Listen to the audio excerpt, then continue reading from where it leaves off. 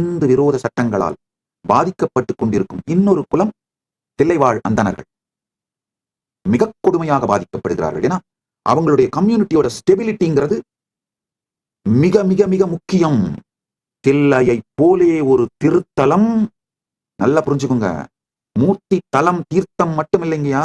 ஒரு கோவில் அப்படிங்கிறது வெறும் ஹார்ட்வேர் தான். அதை நடத்துகின்றவர்கள் அவங்க தான் சாஃப்ட்வேர். சாஃப்ட்வேர் தான் ஹார்ட்வேரை ஃபங்க்ஷனலா வைக்கிறது. சாஃப்ட்வேரையும் ஹார்ட்வேரையும் பிரிச்சுட்டோம்னா, அழிச்சிட்டோம்னா, சாஃப்ட்வேரை செதைச்சிட்டோம்னா கோயிலை மியூசியம் ஆக்கிடலாம். கோயிலை மியூசியமா வச்சிருந்து பணம் சம்பாதிக்கிறதுக்கு மட்டும்தான் எல்லா இந்து விரோத சக்திகளும் விரும்புகின்றது, முயற்சிக்கின்றது. கோயிலை ஒரு லிவிங்கான ஃபங்க்ஷனலான socio spiritual economical political energy centre power centre கோவில் இருக்கிறத யாரும் விரும்பவில்லை.